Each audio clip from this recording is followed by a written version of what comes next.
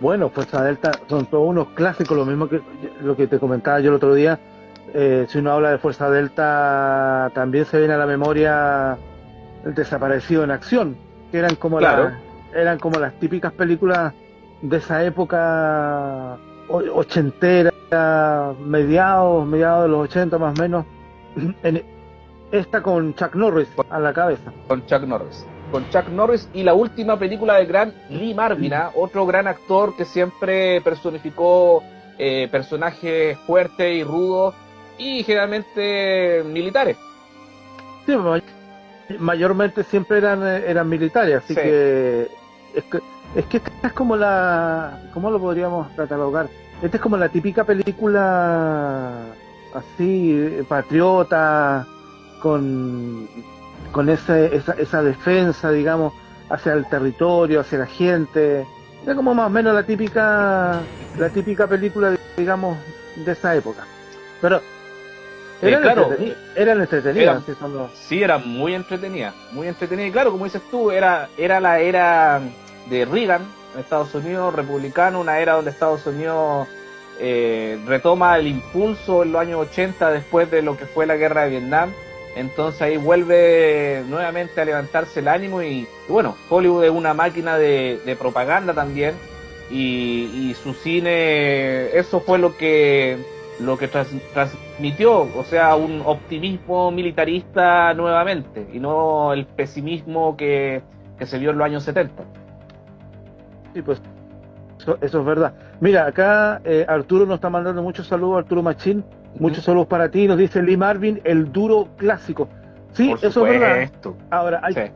hay que destacar de eso también que la pasada de Lee Marvin por esta película fue su último trabajo en el mundo del cine. Esta fue su última película y recordemos que un año después él fallece de un infarto al corazón, si no me equivoco. Bueno, se fue en lo grande porque la película le fue bien en lo que respecta a taquilla. Obviamente, estas son películas que no tienen ninguna aspiración a ganar premios ni nada, solamente netamente entretención. Y claro, si la empezamos a analizar y todo el asunto, nos vamos a encontrar con varias cosas que no son muy que digamos que te calcen, pero la película es entretenida de principio a fin. Tiene otros grandes actores también, ¿eh? Sí, dentro del reparto está Chuck Norris, Lee Marvin, está Martin Balsam, que es un actor Un conocido grande, para la época, otro grande también de la época como George Kennedy, eh, Robert Bond, Robert Foster, Joe tremendo actor. Bishop, Lainey Kazan, eh, Hannah Chigula, que era una actriz también que la vimos en muchas películas de guerra, películas de onda policial, Susan Strasberg y Steve James. Ese era el reparto de esta primera aventura de Delta Force. Claro, y generalmente actores que ya estaban ya consagrados ya en su último suspiro actoral, por así decirlo, y actores que eran como clásicos del cine de catástrofe, que fue tan... su época peak fue en los años 70. Sí. Y también está Robert Foster haciendo un papel de terrorista árabe con un maquillaje que como que le oscureció un poco el rostro. Para los que conocen a Robert Foster, igual es como medio chistoso. Y que después, años después, Tarantino lo rescata con su película Jackie Brown, donde se le reconoce su trabajo actoral y le es nominado al Oscar. Que hace poquito murió Robert Foster, hay que decirlo también, ¿no? Sí, por si muy poco Robert Foster nos dejó. Eh, bueno, a Susan Strasberg también la vimos en varios títulos y tal como tú dices, algunos títulos en películas catastróficas y todo eso. Sí, claro, en su mayoría, como te decía, eran actores de catástrofe.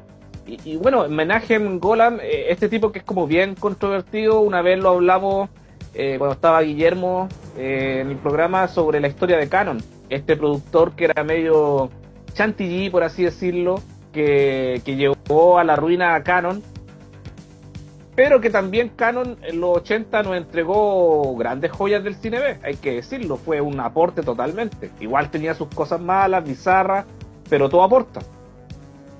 Es que claro, es que si uno realmente analiza, uno puede decir, digamos, que hizo, digamos, productos medianamente buenos, otros malos, pero si uno analiza con el tiempo, en definitiva terminan siendo, digamos, cineastas que aportaron de cierta forma a la industria, aportaron, digamos, tanto al cine como a la televisión con sus trabajos.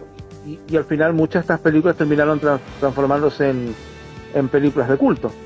Claro, porque digámoslo, La Fuerza Delta, al menos la 1, es una película de culto, sí o sí. ¿Sí?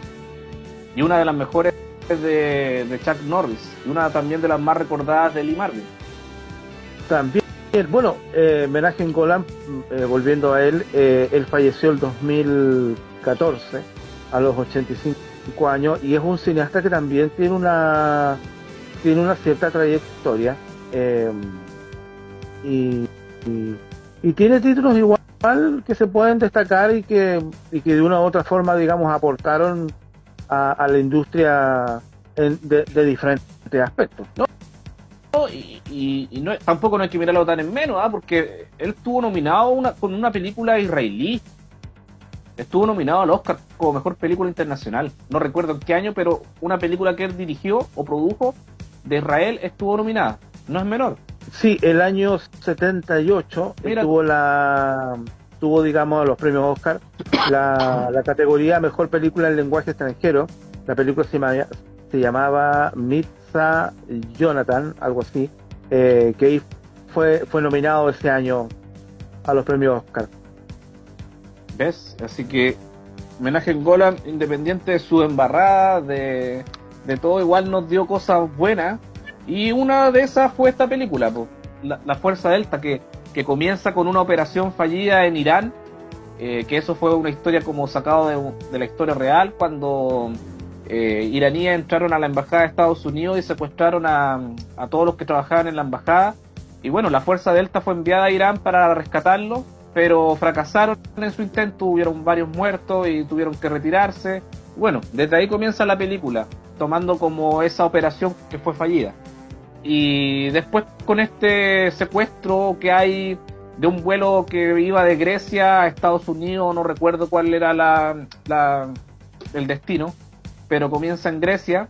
Y claro, podríamos decir que la película la podemos dividir en dos partes: cuando están en el secuestro en el avión, y después cuando llegan a Beirut y sucede toda la acción, el clímax, por así decirlo. Bueno, a lo que tú te refieres, digamos, el vuelo 282 de la aerolínea American Travelways, ATW, así, un Boeing 707, iba con dirección Atenas-Roma, Nueva York. Ese era, claro, de Grecia a Nueva York. Sí, y ellos lo desvían, digamos, a Beirut. Cuando secuestran el avión. Así que, bueno, esta es una película que está... Fuerza Delta está íntegramente producida en Israel, así que... Sí. Claro, pues Menachem Golan era de procedencia israelita, así que era netamente producida de ese país. Y bueno, Robert Foster haciendo un papel de terrorista árabe, no sé si muy creíble por el tema del maquillaje y todo, pero las escenas del avión donde salen todos estos actores conocidos como George Kennedy y los demás, a mí me parecieron buenas, interesantes, no me aburrió en ningún momento la película, me mantuvo siempre ahí expectante a lo que sucedía. Hay una escena, si no sé, recuerdas tú, que había una azafata que era alemana, y esa azafata alemana, los terroristas la obligan a llamar a todos los pasajeros judíos, haciendo como relación a lo que ocurrió en el Holocausto. ¿Te acuerdas tú de esa escena? Hannah Chigula, sí, esa es la actriz. Ahí, esa escena fue como bien ahí un guiño a lo que ocurrió en el Holocausto, y bueno, igual tiene sus escenas fuertes, la película no escatima en lo que es violencia. Bueno, que era como la tónica, digamos, de este tipo de películas, de tener secuencias de acción, de peleas, de de batalla y con bastante, digamos, violencia, que era como la tónica, en definitiva, de muchas de estas películas. Y tú te fijas que Chuck Norris y Lee Marvin son más como coprotagonistas de la película, no hay como un protagonista así como esencial, como que todos se reparten un poco el trabajo en la película.